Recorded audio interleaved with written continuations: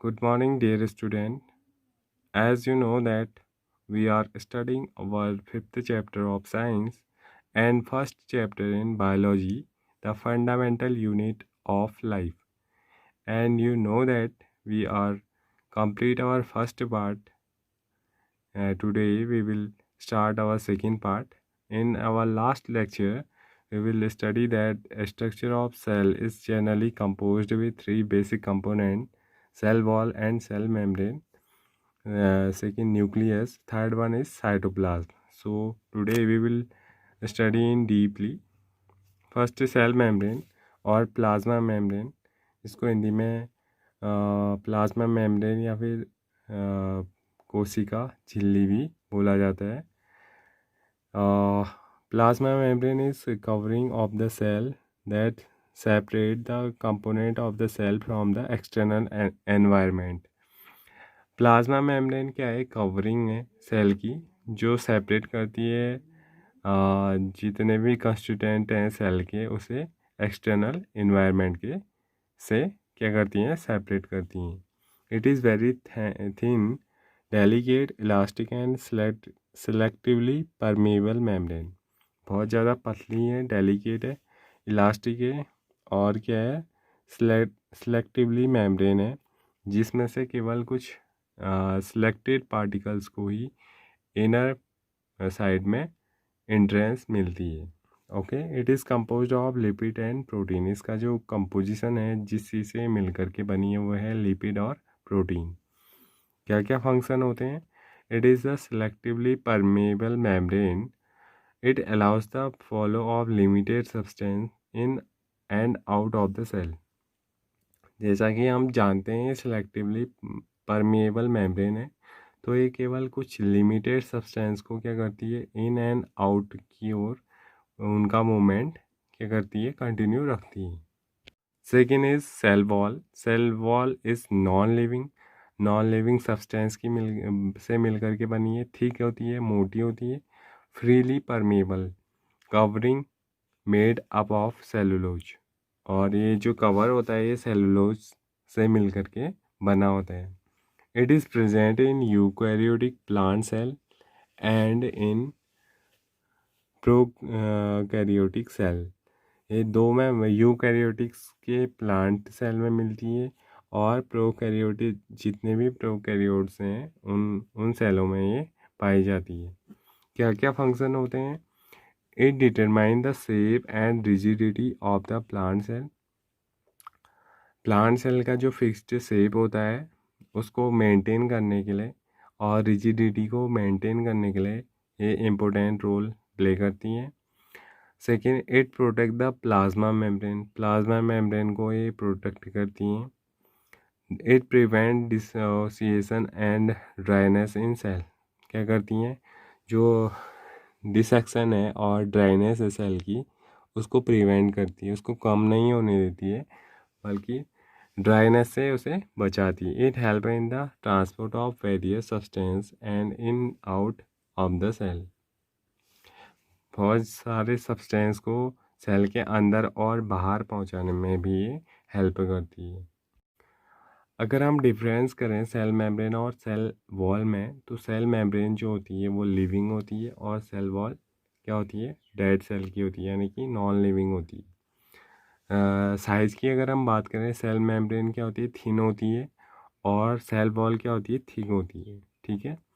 और अगर हम बात करें उसके कंपोजिशन की, तो सेल मेम्ब्रेन बनी होती है लिपिड और प्रोटीन की, जबकि जो सेल वॉल होती है वो सेलुलोज की बनी होती है. और किस में अगर पाई जाती है, अगर ये देखें तो सेल मेम्ब्रेन प्लांट सेल में भी पाई जाती है और एनिमल सेल में भी पाई जाती है, जबकि सेल वॉल जो होती है वो सिर्फ प्लांट सेल में पाई जाती है. Next is nucleus. Nucleus is dense और स्पेरिकल ऑर्गेनल. क्या है? स्पेरिकल और डेंस, काफ़ी ज़्यादा घना एक ऑर्गेनल है, एक अंग है सेल का.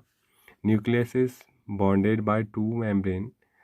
दो मेम्ब्रेन से बॉन्डेड होता है, चारों ओर से घिरा रहता है. बोथ फॉर्मिंग न्यूक्लियर एनवेलप, जो क्या बनाते हैं? न्यूक्लियर एनवेलप का फॉर्मेशन करते हैं. 2 मेम्ब्रेन्स क्या बनाती हैं nuclear envelope. Nuclear envelope continuous many pores known as nuclear pores, और उस मेम्ब्रेन में छोटे छोटे पोर्स पाए जाते हैं कुछ डिस्टेंस में, उसको क्या बोलते हैं न्यूक्लियर पोर बोलते हैं। The fluid which present inside the nucleus is called nucleoplasm. बहुत ज़्यादा इम्पोर्टेंट बात है, जो फ्लूइड पाया जाता है inside the nucleus is called, उसको क्या बोला जाता है न्यूक्लियोप्लाज्म बोला जाता है। ठीक है, एक होता है साइटोप्लाज्म, जो सेल के अंदर पाए जाने वाला लिक्विड है वो साइटोप्लाज्म है, और एक होता है न्यूक्लियोप्लाज्म। न्यूक्लियोप्लाज्म कहाँ पाया जाता है, वो न्यूक्लियस के अंदर पाया जाता है। न्यूक्लियस कहाँ प्रेजेंट होता है, वो सेल के अंदर सेंटर में पोजीशन में होता है, साइटोप्लाज्म के सेंटर में होता है बिल्कुल। Nucleus contain chromosome which contain genes which are the center of genetic information। Nucleus के अंदर क्या होता है, न्यूक्लियस के अंदर क्रोमोसोम होते हैं, ठीक है, जिनमें जीन्स पाए जाते हैं। क्या पाए जाते हैं, जीन्स पाए जाते हैं, और जो सेंटर होते हैं जेनेटिक इंफॉर्मेशन के। ठीक है, मैंने बोला न्यूक्लियस होता है, न्यूक्लियस के अंदर क्रोमोसोम होते हैं, और क्रोमोसोम क्या ले जाते हैं अपने साथ, जीन्स ले जाते हैं, उनमें जीन्स पाए जाते हैं, और सारी जेनेटिक इंफॉर्मेशन जो है, एक मेकअप, जेनेटिक मेकअप जो है किसी भी इंडिविजुअल का, किसी भी ऑर्गेनिज्म का, या किसी भी एनिमल का या प्लांट का, वो कहाँ होता है, उसके न्यूक्लियस के अंदर क्रोमोसोम में होता है, और किस रूप में होता है, जीन्स के रूप में होता है। फंक्शन की अगर बात करें, nucleus control all the metabolic activities of the cell. जितनी भी मेटाबॉलिक एक्टिविटीज़ होती हैं, मेटाबॉलिक एक्टिविटीज़ किन्हें बोला जाता है, जितने भी रिएक्शंस होती हैं, चाहे वो रिलेटेड हों डाइजेशन से या डेवलपमेंट से, ग्रोथ से, वो सारी क्या कहलाती हैं, मेटाबॉलिक एक्टिविटीज़ कहलाती हैं, और उनको कंट्रोल करने का काम कौन करता है, हमारा न्यूक्लियस करता है। It regulate the cell cycle.